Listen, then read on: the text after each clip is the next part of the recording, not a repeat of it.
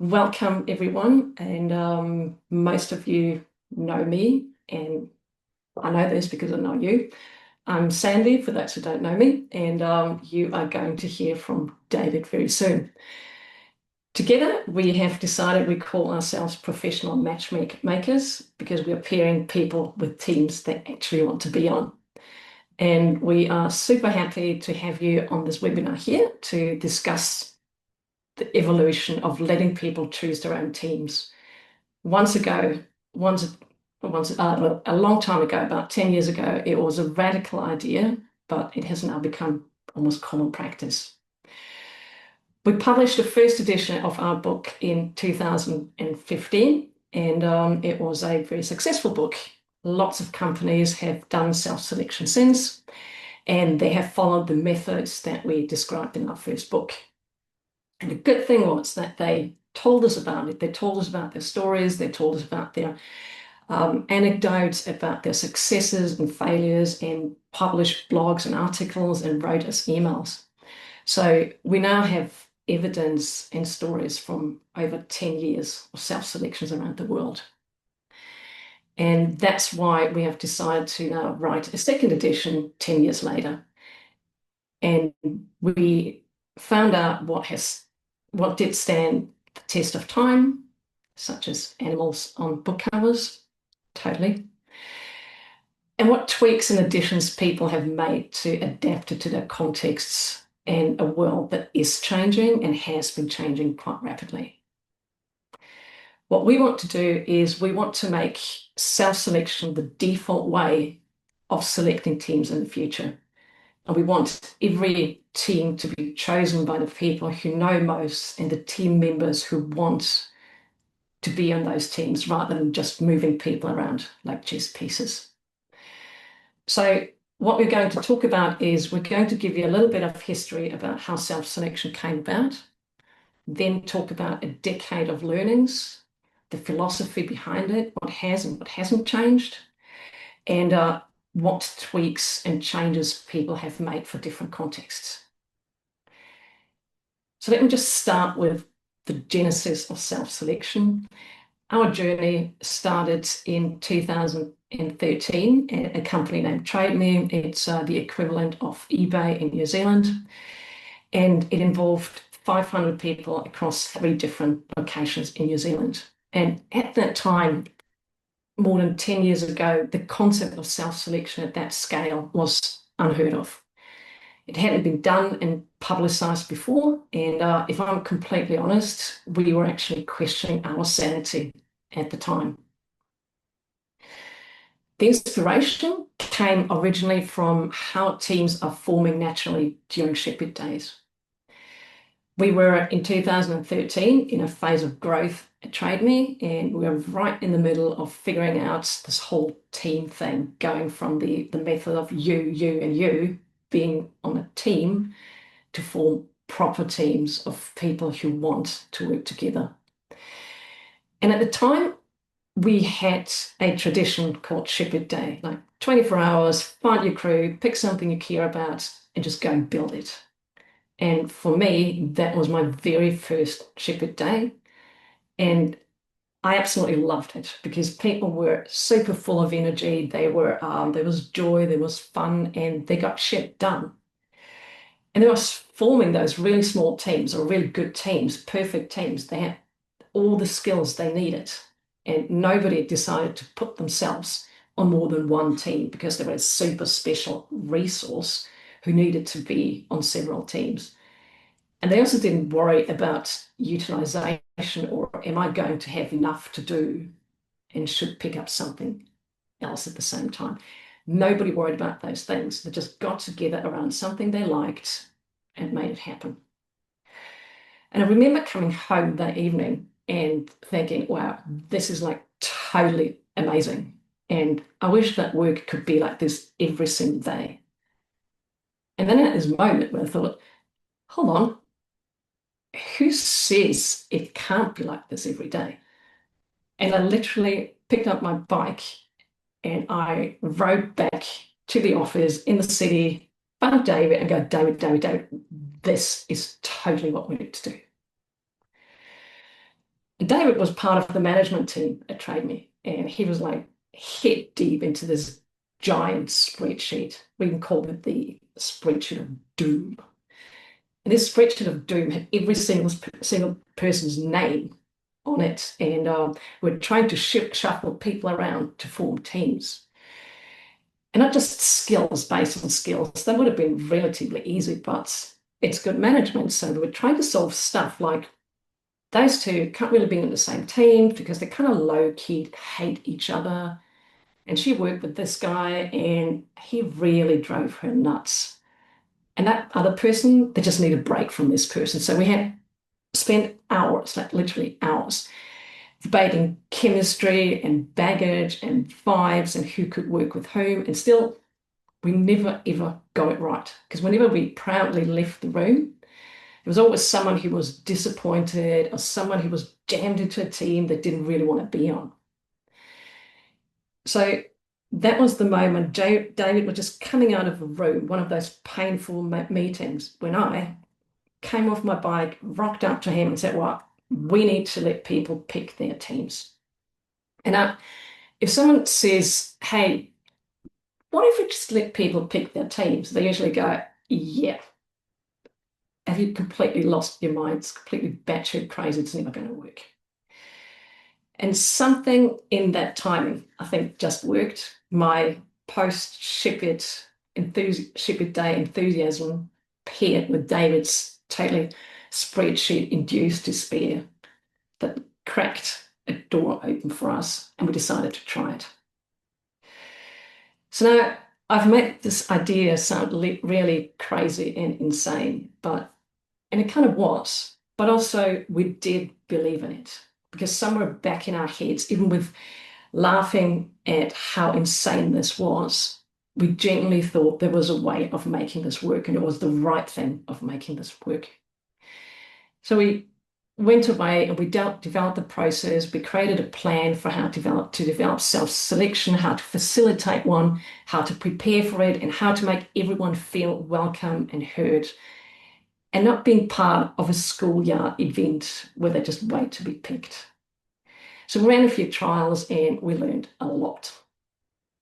The full event, as I said, 500 people, 3 locations, was absolutely amazing. We managed to recreate that energy that we had on Shipit Day. People did feel heard. People did feel trusted. And they had agency and they had autonomy and they built teams that they were actually excited to be part of. And if they weren't excited, at least they knew why they were on the team of their second choice, maybe third choice. It was because they had acted like responsible adults and had compromised and put themselves there to make things work. So overall, it was hugely successful. And we had better teams, better performing teams, and a better company in the end. And that was 13 years ago. At that time, it was an idea that we had tested exactly once. We had hope it would work under different circumstances in different places, and it would work everywhere, but we didn't have any evidence. But because we did write a book, we managed to get the message out, and lots of companies have done it. Here's a list of some of the companies we know have done it. And those are just the ones we know about. We know it's many, many more, but those is just a subset. And those companies are from all over the world. We are very proud that self-selection has managed to get global reach. And I think the only major continent we're still missing is Antarctica. So if anyone knows any penguins who'd like to do self-selection, let us know. So each of the companies here have run self-selection following the methods in our book. And what that means for you is that there are lots and lots of examples in the book, and that David is also going to talk about in a moment, how people went about it, the challenges they overcame, and the small tweaks they made to the original model to make it work in their context. Awesome. Thanks, Andy. Let me see if I can take over and explain what some of those things might be. So, hi everyone, I'm David. I'm one of the co-authors of the book, and I want to talk to you about two things if I can. One is what we've learned over the last decade, and one is the philosophy that sits behind self-selection and some of the ideas that sit behind it. But if I can start with what we've learned in the last 10 years, if you think about it, the world was pretty different 10 years ago. There was a lot that was true then that isn't true now. So Donald Trump was in New York real estate, not the White House estate. No one had even heard of COVID back then. And we mainly worked in person in offices. And as we can see on the cameras today, that's not true for a lot of us. And we largely chose teams by management selection. It was almost exclusively the way teams were chosen across the world. And if I remember 10 years ago rightly as well, I didn't have a single gray hair, which is definitely not the truth anymore. But like Sandy said, 10 years ago, self-selection was a radical experiment, and it was something we tried because we were sick of spreadsheets and we were sick of endless debates as to who goes where. But one thing we've seen since then is just the range of companies where this has shown up over that time. And this is not only one of the biggest learnings, it's actually one of the key reasons that we wrote the second book. And it's that we've now seen it work in all these different contexts.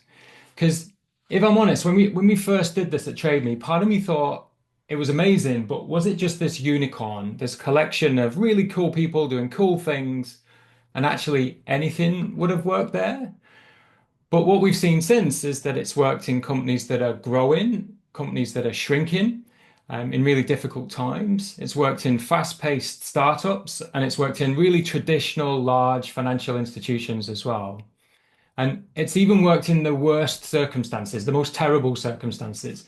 Like, for example, if they use the scaled agile framework, it even works there and with all the things that come with that. And actually, as much as I'm joking about that, it's an amazing case study came out of a company using SAFe with self-selection and how they borrowed from some of the ideas. But we've got now this collection of case studies in the new book that covers all the different agile frameworks. A brilliant one using less as one of those frameworks, and some using no frameworks at all, just doing stuff and building products.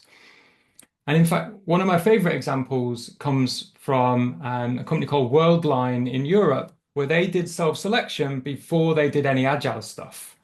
So they had the idea to let people pick their own teams whilst they were still doing a very old-fashioned traditional way of working. And they let hundreds of people across this company rise into thousands by now. It was hundreds when we first talked to them, when we were doing the research for the book, and have chosen their teams. And then they decided, oh, if we give people autonomy, good stuff seems to happen. Why don't we do agile as well? And I love that story because it's the absolute opposite of what I could ever imagine being the case. I would never have thought someone starts with self-selection. In fact, in terms of learning, I would have said this is when you're at a really advanced state. But as we've seen now with the financial institutions and even people with no agile at all, it still seems to work and create a little bit of magic. Because one of the questions we get asked a lot is, what you describe sounds cool. I like the idea of it, but what would that look like in my organization? And what I feel like we've created now in the second book is the opportunity to flick through the pages, find something that's similar to where you're working today, and you'll see exactly how they've tweaked the process, updated the method, or found a better way of getting to the same result. So that means you don't have to be guinea pigs like we were back in the day. And I guess the other major change that we all see and feel and are quite literally in is to do with the idea that we used to say self-selection had to be in person, but that is no longer the case at all. Because when we started doing this back in 2013, it was a long time ago now, if you'd asked myself and Sandy about doing this remotely, we would have said, nope, won't work, has to be in person, has to be in the same room together. And I remember talking to Jimmy Janlin, who's one of our favorite coaches. He was asked what was the best tool back then for doing things remotely. And he was asked, do you want to use Zoom or do you need Miro for doing things online? And his answer was aeroplanes. because everybody has to come together and that's the only solution to the problem. And I remember violently agreeing with Jimmy at the time, thinking, what a great answer to that question. I wish I thought as quickly as that. But whilst that was our stance back then, it's really changed over the last few years. And we'd actually already tried self-selection remotely prior to COVID in 2020 and all those things that happened then. We did it at a company called Zero in New Zealand. And I remember the person who wanted to run it saying, have you run these things remotely before? And I was like, meh, yep, think so. Yep, totally done that. Um, and we went about doing it for the first time. And we were done and dusted in 2 hours with teams that were fully formed and people who were extraordinarily pleased with where they'd ended up. And I started to think then it might actually be better than in person. And 5 years on from that, even, we've learned even more about remote and hybrid. And there's an entire chapter in the book now about exactly that and how to adapt the process in order to do this remotely. And it tends to come down to three things, or at least three things have been really consistent when we've seen and worked with companies to adapt it. The first one is to change the facilitation quite fundamentally as to exactly how things go. The second one is to add additional checkpoints into the event that you wouldn't have had if you're doing this in a room and you don't need if you can literally see and hear what's going on.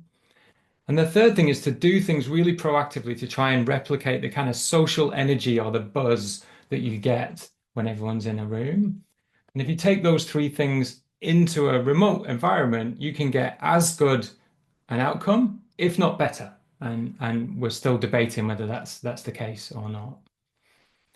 So we've done lots remotely, we've done lots with different sizes of companies, and there's probably three things that we've learned as things have changed. Because when I was saying everything, lots of things have changed over the last decade, that's certainly true. And every time the world and the context changes, it's really helped us kind of sharpen the method. And I think self-selection or not, one of the things that's really changed over the last decade is this idea of moving from entirely stable teams to far more dynamic teams. So we've moved from the idea of trying to keep everyone together as stably as possible to maybe accepting what was happening anyway, which is much more constant change in any organization as people come and go for different reasons. So what we found now is that self-selection works hand in glove with dynamic reteaming, and it works really well with team topologies. And whatever it is that you've got, that means your teams might be adapting and changing and not being as stable as we perhaps once hoped they would be. The second thing that's changed for us, at least, but I think behind the scenes of self-selection, is it's far less about the event these days. I think when we were writing the first book and thinking about this, our focus was on the event, the point in time where people came together, because that was the problem we had to solve as facilitators. That's what we were worried about. That's what was keeping us up at night, was thinking, what will happen when these people come together? But actually, what we've seen, and particularly linked to the idea of far more dynamic teams, is that if things are constantly changing, it's far less about one single day or event, and much more about saying, how can we embrace the ideas that sit behind it rather than make this one big focal point? So we can say, as every team member happens to change a month from now, 6 weeks from now, to say, well, how can we make sure it's in their control where they end up, rather than saying, how do we just facilitate an event? And on the idea of facilitating an event, when we first thought about this, we maybe hoped that you could just get people together. You could just get people together, get them in a room, virtual or real, and just let them work it out. But I really don't think that works. And structure seems to be the key to a good outcome from any self-selection.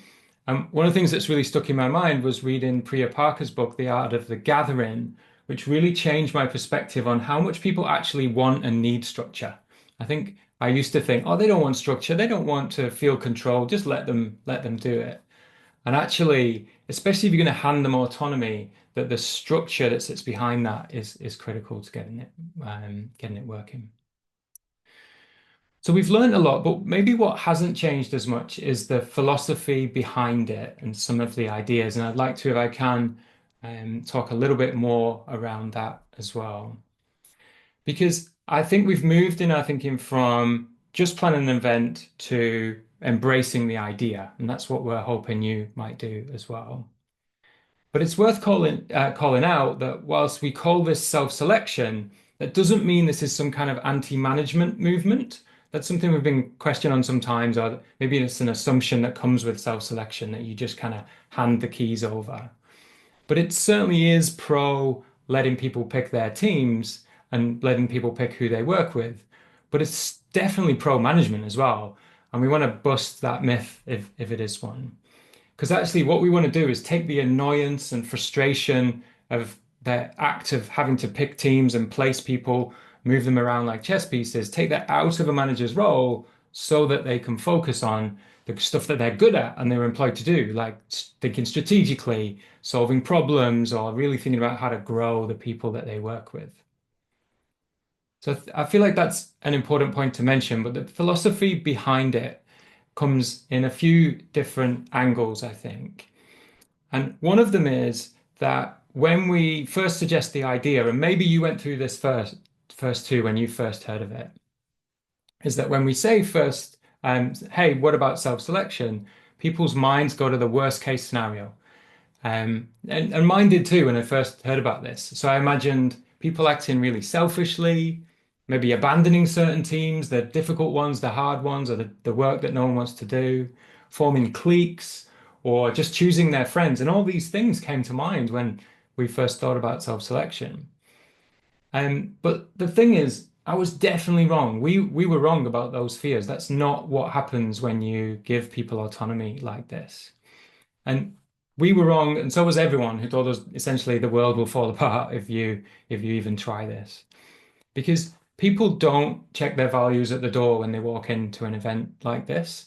They show up, they compromise themselves where necessary, they consider what's best for the whole, not what's just best for them.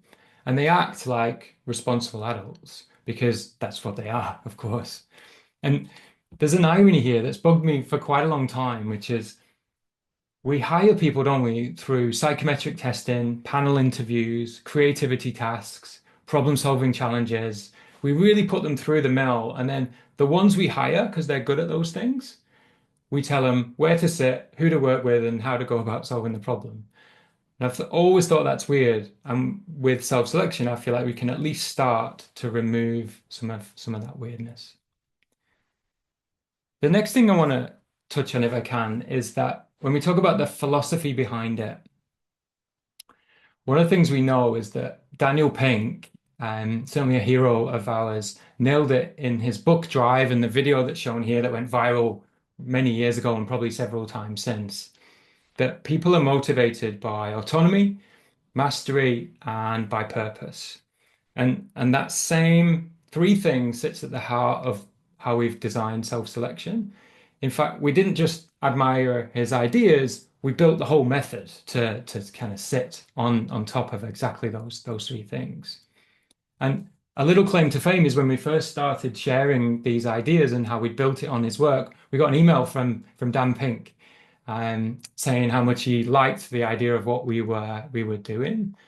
Now that email probably took him about 12 seconds to write, or he got his assistant to do it. I'm not sure, but either way, we're still very proud of that, and got it in a little print out there for us to save. So since then, we've really gone from this kind of idea of an anecdote, an idea we wanted to try to evidence.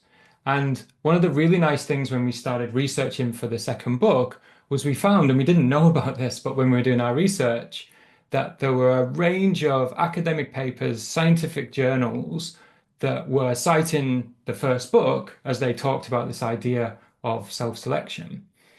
And we found that we were no longer the ones citing the work as we were writing our book, we're being cited ourselves. And it was a really nice feeling for a couple of people who really want to be scientific. And up until that point, we've been the people with an idea and the people who'd seen it work in certain circumstances. And far more now, we're able to say we're people with an idea that's backed by real science and real experiments, which tend to show the kinds of things we've seen in organizations, but in a far more controlled environment, which is actually really lovely. Another part of their philosophy is that it's not about giving everybody what they want. And I think that's one of the fears when we first talk about this is I don't want to do self-selection because everyone will just pick that team over there or that one over there that works on the coolest technology. And that's why it doesn't work. And I don't know if anyone's ever tried this, but if you just ask everyone to send an email with which team they want to be in, rather than kind of follow the method that we've developed. And it doesn't work because you just get clashes straight away. You get overpopular teams, underpopular teams, and there's no part of being part of the team that solves the puzzle together. So the self-selection method works in these short iterations. And by the way, it never works after the first iteration. So you ask people, where do you want to go? And we see it. And it absolutely doesn't make sensible teams at all in that first iteration. But then we step back, we ask where the gaps are, where the opportunities are, and you'll see people compromise, do trade-offs, have difficult discussions, and essentially go about solving that puzzle together, which is exactly what this is about, and not necessarily about giving everybody what they want. And if anybody does sacrifice themselves or go onto a team that they didn't want to do or wouldn't have chosen as their first or second choice, what you see is that because they've been part of that puzzle and because they were part of deciding how to solve it, they don't moan about it, they don't whinge as much, they don't escalate to their manager about a thing. They get on with making the best of that team because they were part of deciding exactly where they would end up. So some of the weirdness, and I don't know if you can measure how much people whinge, but if you could, I'm very confident we could see that go down. And the last thing I want to say on the philosophy about it is we are by no means claiming this is perfect and we're saying this is the solution to all the problems. But what we are saying, I think, is that it's better than the alternative. Better for both the manager who would usually pick the teams and better for the people who are in those teams. But it's certainly not chaos free and it's definitely not frictionless. But it is an honest process because everyone involved can see exactly how it turns out, and it's a repeatable thing to do as well. And sometimes I think the least worst option might be the smartest one to do, and that's a really good way I think of thinking about this. That it's not perfect; it's just better than the alternative. So if that's a bit about the philosophy, I'll hand back to Okay. Sandy if I can And as next. we say in the world of sports, it's always progress over perfection. And we have done a lot of self-selections and we learn a lot the first time, and we learn even more the second time, and then the fifth and the 12th time. So we learn through what we experienced, and we also learn through what other people experienced and what they told us. And what really surprises me is how little has changed within the core of self-selection. The basic philosophy, the principles, the guidelines, and even the practices stood the test of time. So the core is the same, but what has changed are tweaks to the process and to make self-selection work in more contexts, such as David mentioned, remote hybrids, companies that are growing and companies that are also shrinking and letting people go. And one of the things that has never changed and that seems to be universal for human beings is how they overcome the barriers in their mindsets. Everyone, every single person I've ever talked to, including ourselves, has gone through this initial reaction of self-selection. Um, you mention the idea, and people go, whoa, no way. Are you actually serious? And then, like, everyone starts to move through this process. So did we, by the way. And stage one is the no way, this is absolute madness. And then it's stage two, where people go a little bit into denial. The idea has come up, but we're now going to ignore it. We pretend no one ever mentioned it, and it'll go away and die. Stage three is the okay, maybe it could potentially work, and people are a little bit open to the idea, which is followed by quickly by stage four, which is okay, but what if? What if someone doesn't get picked? What if everyone wants to work in this team? Nobody wants to work in this other area. So people just go to worst case scenario and all the problems immediately. It's like, what if this happens? And then we can answer those questions. People think, people have conversations, other people have experiences, and those are really valid and predictable questions. And once we work for those questions, people usually go to the second what if stage, which is this. So, what if this actually does work? Wouldn't it be amazing to give people that autonomy and freedom? And wouldn't it be a lot easier for us to have people solve that puzzle rather than us trying and failing all the time? So once they're through that what if, there's the last stage, which is the let's do this. Let's just give this a shot. And I'm focusing so much on this mindset barrier because it's a very well-known failure pattern for us that if we don't allow people to go through those stages and they skip some of them, they won't buy into it. They will be either frightened, there will be anxiety, there will be a degree of chaos, but it's something that is a failure pattern if we take shortcuts and don't allow people to move through that process. Another thing we have learned is when we give people autonomy and after having them move through the process, we've really learned through failure that we need to give them more support. Because once we give people autonomy, we have to back it up with guidance and with support.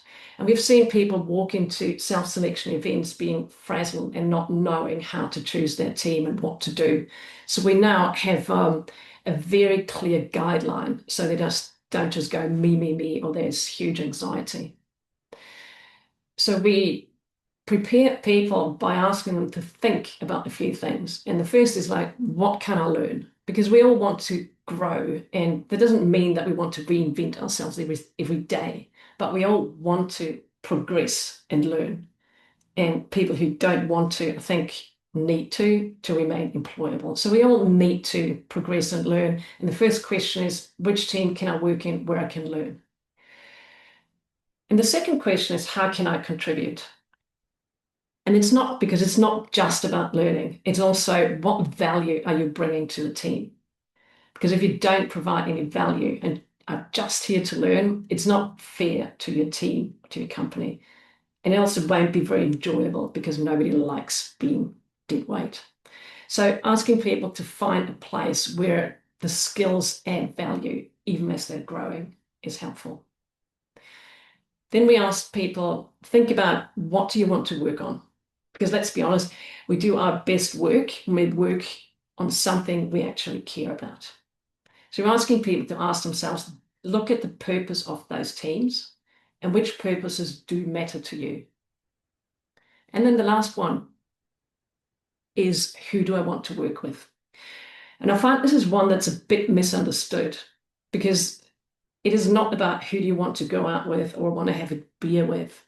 It's about who you trust, who challenges you, who helps you grow, and who makes you better.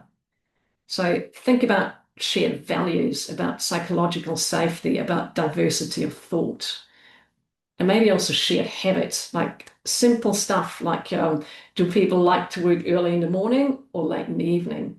Do they like to work in person or remote? So making those things fit and finding a good combination is important.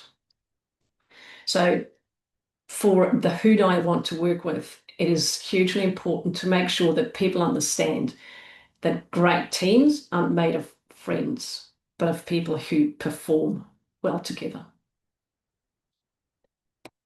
And I know that everyone is always loves when we talk about failure and about making mistakes. Doesn't happen to me very often, but I can talk to some of David's mistakes. No, fair enough.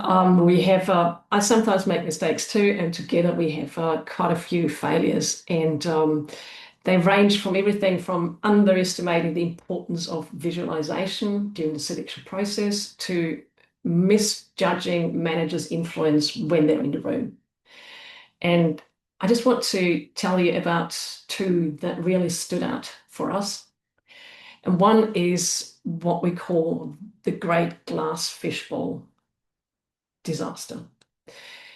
And that was us working with a financial institution in New Zealand. And we had this like really cool venue. They have an amazing office at the waterfront, and they have glass windows everywhere. So you can see the sea, and all four walls are glass. And it's really beautiful. And managers wanted to be in the room, and people also said, well, it'd be great if managers could be really close by. So we had the genius idea to have a glass room and have managers sit right next to the glass room just to be available. And what we did not think of was there's no real difference between having managers in the room and having them sit outside just with the one glass wall apart. Because turned out that people felt observed, they felt watched, and they didn't feel truly free to choose what they wanted to, because they knew their boss was watching them, and basically chose what they thought their managers wanted them to choose. So we've learned to make sure that when we have managers outside, when we say no managers in the room, this is a team self-selection, make sure it really is, and there is no observing anywhere or anyway. And another one is what we call the visualization train wreck. And that was one of our very first trials in New Zealand, where we had this really amazing group of 20 people. And we started self-selection. We gave them index cards, and we taught them to write their names on the index cards, handwritten names, and to start a self-selection. What it turned out, this is a complete visualization killer, because people's handwriting sucks. You can barely read the names. Some of the names and cards showed up twice, and you could barely tell who was in which team. It was really hard to get an overview, and it was basically a mess. So what we learned was that you can't solve a puzzle unless you can see its pieces. And I've made very sure that there's a strong focus on visualization. I'll give you a bonus failure pattern because I mentioned it earlier, and that is the time invested in preparation. We sometimes see companies that are super excited, especially tech companies that where people are tech companies where people are super enthusiastic and just go, hey, I read about this. The CTO or tech manager goes, we can do this immediately. Calls everyone in the room, like, oh yeah, let's do this tomorrow. They have gone through the stages of accepting and warming to the idea and thinking it through, but nobody else has. Everyone is totally surprised. If people don't have enough time to get used to the idea, it never ends well. You do need time to prep and time to explain the purpose of each team to give people time to think. And also the opposite is true, which we sometimes see in very big enterprises when people take about 6 months to get ready, and it's definitely too long and you lose all momentum. With that, I want to come to a conclusion of a word about the future. Work is changing, teams are changing. David was talking about teams getting more dynamic, more fluid, changing more often. And we also, it looks like we're going to have AI stepping in to complement our teams. So probably going to be smaller, and all the trends we're talking about are being accelerated. We don't really know what's coming exactly, but we do know that the way to succeed in uncertainty is autonomy and moving the level of decision making to where the information is. And self-selection is one of the tools that gives people this autonomy to deal with uncertainty. And with that, I will, before I open up for questions, just leave you with two links and codes. One is if you have been in this webinar, you get 35% off our book at Pragprog. It is officially in the beta edition, but there won't be any changes anymore. It is because they're struggling a bit with the print run. For the ebook, 35% off. And also, if you attend one of our trainings in the future, then we'll give you a 25% off. We'll send out the codes with the email and the recording later, so we don't need to spend more time on that. And I will just open up for Q&A.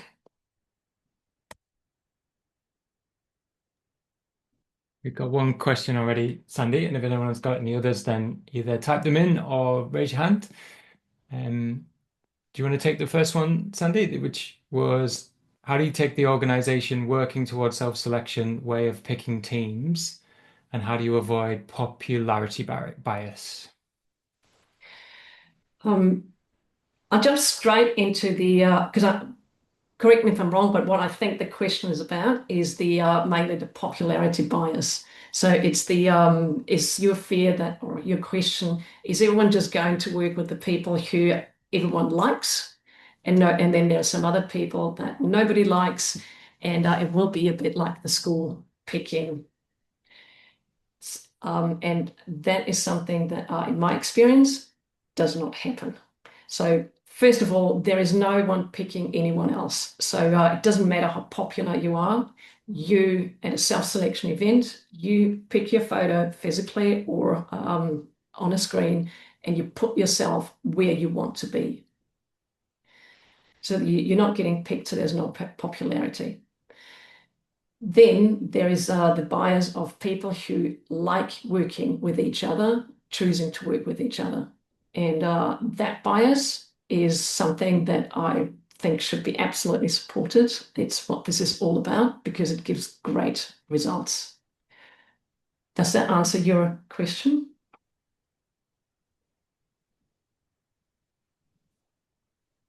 Okay, let's hear from Alex. Hello, great to see you and hear about all of the. I wanted to talk rather than type because I knew I would blah blah blah. Um, I would say that I've tried to get clients to doing self-selection, and I've tried about 3 times. And Sandy will know this because I've tried to co-opt her a few times in amongst it. But I guess when I'm working with clients, there's often like so much change they're going through, and I know that would be the same with you guys. And but you could easily include self-selection as part of your efforts because you're the experts at it and you've got so much practice at it. And I found with one of them was a disaster, which I might have told you about as well, Sandy. And it was a disaster of mine, not enough prep, and still stupidly stumbling into it without enough prep. So I learned my lesson there. But a couple of the other times, it's definitely been, oh, we're going through a lot of change. We kind of do support the idea. I love what David said about it's the idea, not the event. We support the idea, but we're going through a lot of change, and it tends to get dragged back into the default method, which is, as you say, spreadsheet hell, slower, but almost a slower self-selection or a bit of a like consultation period, which is what HR people love, and it's a bit of a vibe killer. Periods of consultation because of the fear of leaders, I think, in not having the power and control anymore. And I guess it's just my inability to sort of take them through this. Oh, this thing called self-selection. I probably rush through it. This would be really good. This would be really engaging, blah, blah, blah. But I guess the leadership teams sometimes are going through so much change themselves because they might be changing the way of working, changing the way, moving into squads, changing the way they prioritize, that they're very fearful of that change. So picking your brains as the experts, what advice do you have for me? Apart from buy the book, which I will. Um, it's super hard, isn't it? Like, it, I've worked with organizations having written the book where they've said, no, we're absolutely not going to touch self-selection. Thank you. We are too busy, too much change, too much problems. And sometimes I've just gone, okay, that's fine. Maybe we wait, maybe we don't do it. Maybe it's not for you right now. But if you did want to persuade them, I'd say the trial is one. Like, is there a small pocket? Is there 20 people who could Mm, select into a couple of teams just to test out the idea? So that's one mm, is can you do it small? The yeah. other is can you do it reversible? So we've done this a few times where we've said if it doesn't work, if the things that you're scared about happen, whatever that might be, like all the popular people over here and everyone else over there, we're so confident that won't happen, we would say, can we try it? The cost will be 2 or 3 hours of people's time. If at the end of that, you and they look at those teams and go, they cannot work for us, they're full of problems, then we throw that out and we go back to management selection, having lost, Yeah. okay, some time, but 2 or 3 hours. But we would have a whole bunch of learnings as well. So even if we didn't go with those teams, we would have learned a lot around which are the technologies people want to work on, which are the areas that are oversubscribed, what are the roles that might not be as well balanced as we'd hoped. It's usually designers, pop quiz. Um, so either the trial or the reversibility is two things that come to mind. Yeah. So just Yeah. timing, Can I just share one more thing, which is like I bombarded them with videos of Sandy talking about this, right? and because everyone wants the shortcut way, no one wants to read the book. I mean, of course we want to read the book, but leaders might not. Um, and and so we went with the idea of having a plan B. Like, Okay. well, let's see if we can do self-selection. I thought, I'm getting really close to doing this. But as soon as the plan B was constructed, everyone just sort of forgot about the self-selection event. So, but yes, those are great tips, David. Thank you for that. And I've written them down. Yeah. I'm very much looking forward to the book. Yeah. I do work with the not having a plan B ready, but I give people a veto, like managers a veto. Like if you don't like what's in the end, like don't have a plan B, don't even think about it. But if you don't like what they have in the end, you have a veto and you can say no, but it's no to the whole thing. You can't move around individuals because that's worse than management selection. That's like this fake self-selection. But Yeah. you can just pull the plug, go, now you have the ultimate voice. If it's not good, pull the plug. Not happening. And the other thing is, I don't bring it up unless there's a problem to solve. I don't even mention it before they all go and try to move people around. Oh, and this person's on 2 teams and this person is on 3 teams, and how do we do? And this is really complicated. And then I slowly, gently bring it up. Hey, we're stuck. Should we get help from everyone? Thank you.